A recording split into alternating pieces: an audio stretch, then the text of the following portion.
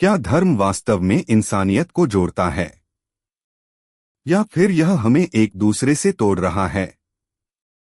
Sam Harris की किताब the end of faith इस सवाल पर सीधा वार करती है।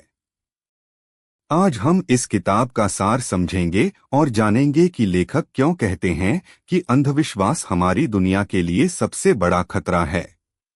एक अंधविश्वास की समस्या। सैम हैरिस कहते हैं कि फेथ यानी आस्था का असली मतलब है बिना सबूत के विश्वास करना। जब इंसान बिना सबूत के विश्वास करता है तो वह किसी भी खतरनाक विचार को सच मान लेता है।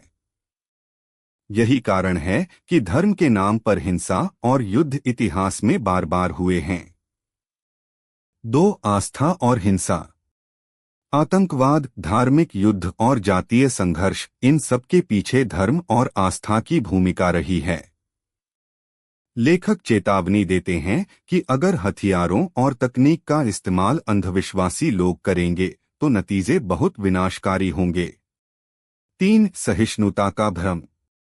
हम अक्सर सुनते हैं, हर धर्म का सम्मान करो, लेकिन हैरिस कहते हैं कि हर विश्वास सम्मान के लायक नहीं है। जो विश्वास हिंसा या भेदभाव को बढ़ावा देते हैं उन्हें आंख मूंदकर स्वीकार करना खतरनाक है। 4, नैतिकता बिना धर्म।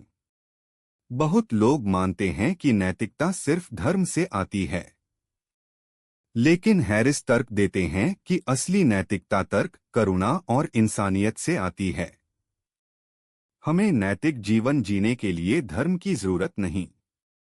5, विज्ञान और तर्क की पुकार। किताब के अंत में हैरिस कहते हैं कि अगर मानवता को बचना है तो हमें तर्क, विज्ञान और आलोचनात्मक सोच अपनानी होगी। अंधविश्वास से निकलकर हमें बुद्धि और सच्चाई पर आधारित दुनिया बनानी होगी। द एंड ऑफ फेथ हमें यह सोचने पर मजबूर करती है कि अंधविश्वास की असली कीमत क्या है। यह किताब सिर्फ धर्म पर सवाल नहीं उठाती बल्कि इंसानियत को चेतावनी देती है कि अगर हमने तर्क को नहीं अपनाया तो भविष्य अंधकारमय हो सकता है।